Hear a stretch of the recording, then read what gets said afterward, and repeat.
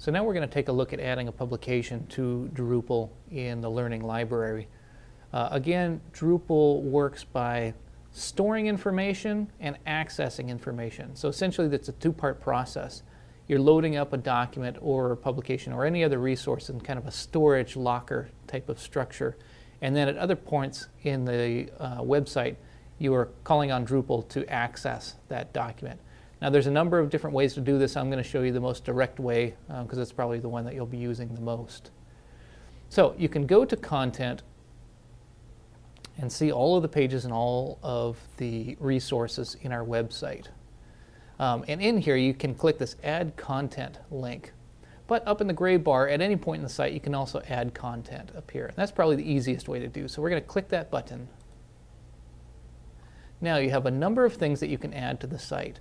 For our purposes, there's really going to be only two: downloadable documents and web links. You'll see video in here and it's a little bit different. We'll get into that into a different video. But for now, let's go to the downloadable documents since we're loading up a publication. So you need to know all of the information of your publication before you put it in. In this case, it's good to know the title, which I do, and that's Successful Reforestation and Overview. Description, and what I did was I just pulled the first sentence of the document itself and used that as the description. Again, if you remember, all of our resources have the title and then a brief 1 or 2 sentence description of the product itself. Then we scroll down and right here, Attach File. This is where we actually upload the file. So we'll choose our file. In this case, it's Successful Reforestation 08, and I hit Upload. The size of your document will determine how long this takes to upload. You see this little wheel spinning right there. That, so long as that keeps spinning, it means your document is still uploading.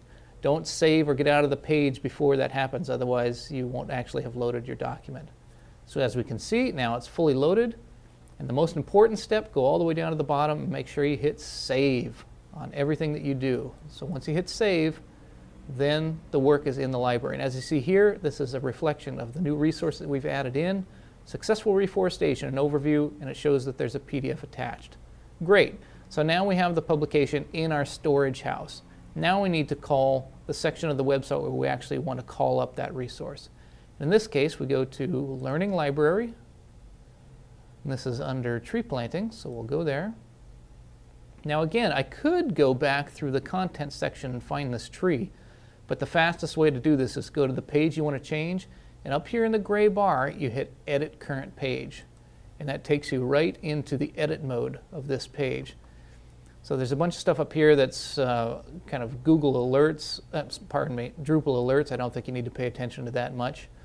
But in here, if you need to go in and change any information, again, this is where you can find the title, the information that we have, the contact information we have, and tree planting resources to get you started. And our content ends there, even though we've got resources down below on the regular page, and that's because they're all listed in their categorizations down here.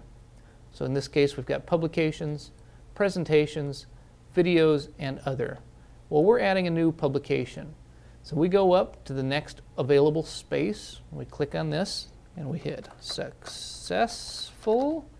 And if it's in the library, just typing the first word will pull up all of your options that have that word in it. So in this case, I can select that document.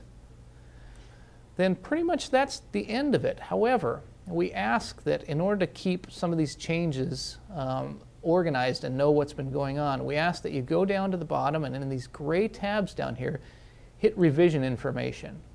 And this is where you just kind of record what you've done to the site. So in this case, I'll hit Create New Revision, and I'll say Jordan added pub on January 11th, 2013. And that's the end of it. And of course, make sure you hit Save so that all those changes are made. I'll go up and refresh my page. And then I'll scroll down to the publication section, open it up, and indeed, there's our new publication that we put in place that's accessing it from our library. And I'll click that, and there it is. Everything works as it should. So again, that was a very simple, easy way to add publications to your site. I'll get into the other resources in the next videos.